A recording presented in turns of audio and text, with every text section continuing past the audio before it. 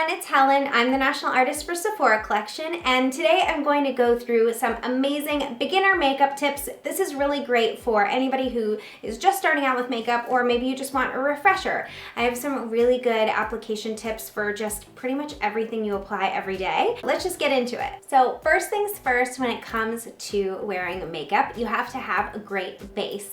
So I have chosen the Sephora collection Clean Glowing Skin Foundation. And the reason why I chose to wear this is because I feel like it's a really great beginner's makeup. So you can apply it in so many different ways. You can do this with a sponge, you can do it with a brush like I did. I love to do like buffing motions because I don't like to have too much product on. You can definitely do it with your fingers too. So what I also really like about this foundation is that it can blend very easily. So I don't tend to go for mattes right off the bat. I think that they can be a little bit more difficult to work with, but if you are somebody who needs a little bit more coverage, you might want to look for something that's full coverage and maybe more matte. And that will help you to just give you that coverage right away so that you're working smarter and not harder when it comes to your foundation. You really want to find something that's going to work for you. So I like things with a natural finish. I have like some blemishes that I need to hide, and you can build certain foundations up. So usually you can describe foundations as either like light coverage, medium coverage, and full coverage. So light coverages would be like your tinted moisturizers. Your medium coverages are usually like a traditional foundation with a natural or radiant finish. And then sometimes they can have matte finishes too. And then there's even like some tinted moisturizers that have matte finishes, so you can play with the finish. But full coverage means that it's gonna really like cover things really quickly, and your freckles or any blemishes will not show through. I think the biggest thing when applying foundation is just to really double check in the mirror, make sure you've blended everything out. Even if you did it with a brush, sometimes you'll notice that there might be like a streak in an area you didn't realize. And then another thing is to really make sure that between your jawline and your neckline, it's not like a huge line of demarcation. So even if you are going a bit deeper with your foundation, you're maybe taking it down onto the neck or just really blending it out along the jawline so it really blends in. Next up, I would say, is a blush. It's a really great basic thing to add on to any makeup. And if you're applying foundation, you probably should apply a blush just to add color back into your skin. So you can do this with bronzer, of course, as well. But I have chosen the Sephora collection Flushed Blush, and this one is in Coral Sunshine, but we have multiple colors for you to choose from. And the reason why I've chosen this one is because I love the formula. It's really, really easy to use with your fingers. So I love that for any sort of beginner. Anything that's going to be friendly to apply with your fingers is definitely going to be something you should look for, because sometimes brushes just add another element of like difficulty to things that don't need to be difficult. So when applying your blush, what I recommend is really just making sure that you don't apply too close to your nose. So usually a rule of thumb is literally a rule of thumb. So you just want to use like your finger basically to make sure that that's kind of the distance you want to keep between your blush application and your nose.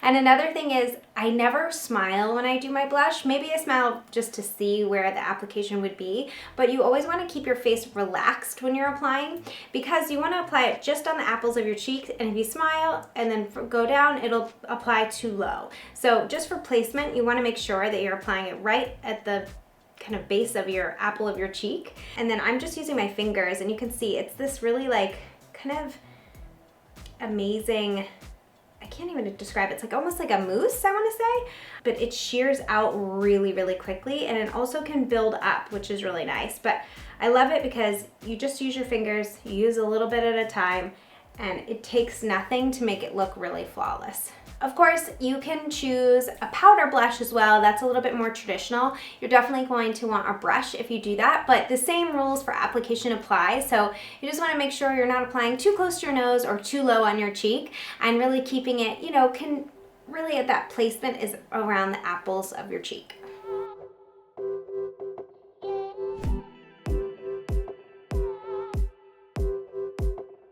Okay, so for my application today, I wanted to keep it simple. So I have chosen the Essential Mini Brush Set, and this just has a little bit of everything that you would need. So it has your foundation, your concealer, and 2 shadow brushes in here. So one for placement of shadow and one for crease. And then I have the Kaja Beauty Bento Soft Matte Eyeshadow Trio in Neutral Moment. It's just a really great palette for just a beginner to get some shape into your eye. So I'm gonna teach you just a basic application of how to apply and maybe give you options for variations if you want to try that. So first I want to start with the most neutral light shade, and I'm going to use just the mini shadow brush here. And starting with the most neutral light shade really allows you to be able to control your blending and how high you go with your makeup. So I'm gonna apply it right underneath of my brow here. And it's not shiny, it's pretty much around my skin tone, maybe a little bit lighter. Certainly if you have a deeper skin tone, just look for something that's not quite as light as this because it'll look funny. So you wanna do something that's gonna be closer to your skin tone. And what I like to do is I always apply in the inner corner here just to make sure it doesn't get dark there. And I usually apply it underneath my brow, and then I do a little bit on the crease, and this just makes it so you don't get too high and dark with that crease color because that can really, you know, be hard to blend and make it look nice. So this is usually how I apply mine. Just these are really easy ways to make your colors work for you essentially, so you're not getting too dark. For my next shade, I'm going to use the middle one, and same eyeshadow brush. You don't really need to clean off your brush unless you're using like a wild color, and then you can just kind of do a quick change either in like a tissue or on the back of your hand just to wipe off any excess, but I'm just going to leave whatever of the lighter shadow is left in there. It just allows it so you can blend even better. Let's do that middle shade. So I only ever load up one side of my brush, and I do that because it just prevents fallout and makes it so your application is a little bit tidier. So I would say my biggest tip and trick that people always think that I'm really fast at doing makeup, but really I work slowly so that it goes faster, if that makes sense. So take your time, place your eyeshadow exactly where you want it, and then you'll have less of an issue making things work for you. You won't have to clean up as much afterwards. It's just gonna be exactly where you wanted it. So I did that all over my lid. And certainly if you're going for more of a smoky eye, you can do a darker color. But for this is just like an everyday application. Using that same brush, loading up the tip, and just doing it underneath as well. And the lower you drop your shadow, the bigger your eye will look. It works and it looks really good. And this just is a great, like, you can even walk out the door like this, daytime application, 2 shadows, very easy to wear. But I'm gonna show you how to use the third shade because I feel like when you have palettes, sometimes you're like, I wanna use all the colors.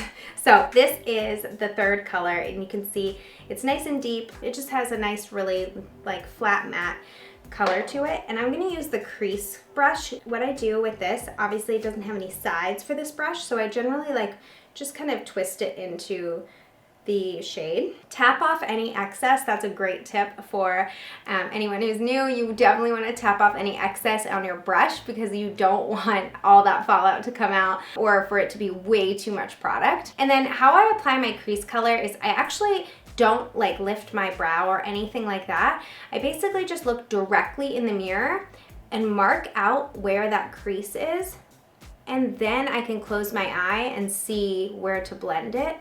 But that'll really help you. Sometimes it's really hard to see where your crease is gonna be, and when you close your eye and you start to do it, it's like way too high at the end, and it's like really dark and high up top. So I just like to find my crease by like looking directly in the mirror. And one of my key tips is also to not do it too hard. So when you're doing your initial placement, do a really light touch with your brush. It makes it so you can blend much easier than if you go right in and start blending back and forth. So, and it also deposits the shadow a little bit more evenly. And I'm gonna go back to the shadow brush and just darken this corner right here, this outer corner. And another reason why I did that bottom shadow underneath in the middle is because it kind of marries the whole look, and I didn't want to do this dark shade underneath because I want to do something that's like just a little bit more daytime friendly, or just showing you how to basically shape your eye without getting too dark. Okay, so you can really see here, this just added a little bit more depth, some definition to the eye, and gives you that like extra shape. So this is a really like standard cookie cutter way of applying your eyeshadow. If you have like a different kind of eye shape, you certainly can tailor your eye looks and your eye shadows to match like your eye shape or be more flattering for your eye shape. So be sure to, you know, look into that for sure. If you have like a protruding eye, maybe you want to go a little darker on your lid, but that's kind of like getting into a bigger thing. Once you learn this basic application, it really teaches you how to blend and where to apply and what looks best. And then from there, you can explore more and find things that are great for your eye shape.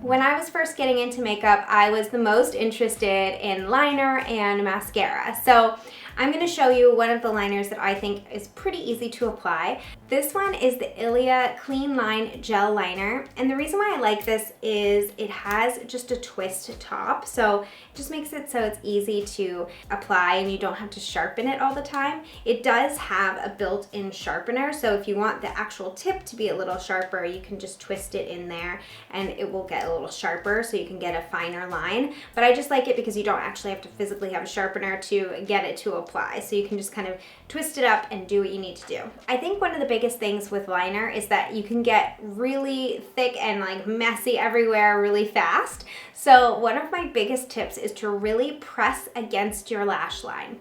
If you press against your lash line, you will not get a thick line. It will be nice and tight right where you want it to be. So, but you can certainly try if you want. And I always start on the outside because that's where you're gonna want it to be the thickest anyways. And then as you go, you'll have more control with your liner and you'll be able to apply it, you know, more thin as you go in. And another big thing is I don't tend to drag my liner all the way across. I do these like, some people call it dashes between the lashes, but mine aren't even between. It's just, you're doing like little, just like a sketching it almost. And that really helps with the control factor as well. And then depending on your eye shape, you can go all the way in if you want. My eyes are a little close together, so I tend to not put it all the way inside because I feel like it just makes them look even closer together. So I kind of stop where my iris stops. But you can definitely see how it looks. My biggest recommendation when you're doing your makeup is actually like try it one way, take a selfie, see how that looks on your eye. Try it all the way inside, take another selfie, see if you like that, because neither is wrong. It's just a matter of like taste and what you think looks best on you. So it's a really great way to just kind of test it out. Sometimes in a mirror, it's hard to like compare and contrast how it really looks. So there's that. It's just a quick, tight line. You don't want anything too thick and heavy, especially if you're gonna be wearing this in the daytime, but this is just a really great way to apply a standard liner. And certainly you could get into colors too, which would be really fun.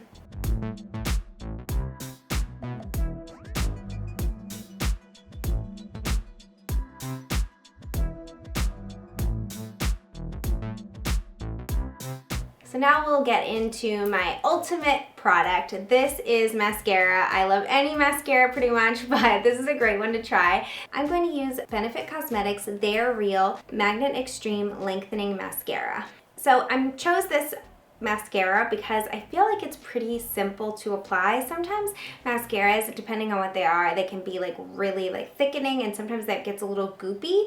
And I feel that this brush really lends itself to someone who is just starting out or just beginning to apply makeup. It doesn't have a ton of bristles. It is a like plastic brush that has some little nubs that'll help to basically brush out your lashes, but it's not going to make it so you get your mascara everywhere.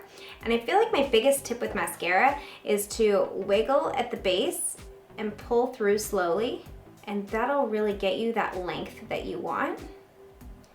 And I feel like this mascara is very natural looking, but it gives you some incredible length, which is what it's supposed to do. And the more you comb through and the more layers or coats that you do, the thicker and like longer it will go.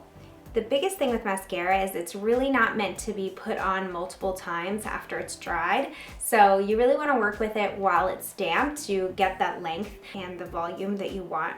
So you can basically work from eye to eye if you want, but usually just give it a second between coats and then come back to get even more length and more volume. The slower you work, especially with mascara, the easier it will be because you will not have to clean up as much. It won't be smudged everywhere. Mascara is really tricky because it does kind of smudge or it just transfers everywhere. So the slower you go, the better.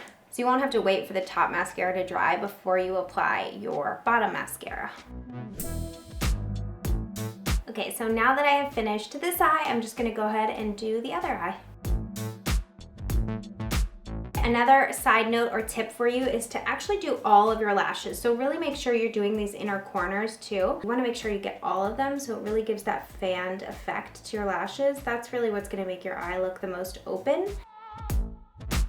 Having these tips in your back pocket just makes everyday application much easier. I'd love to hear any tips and tricks that you might have in the comments below.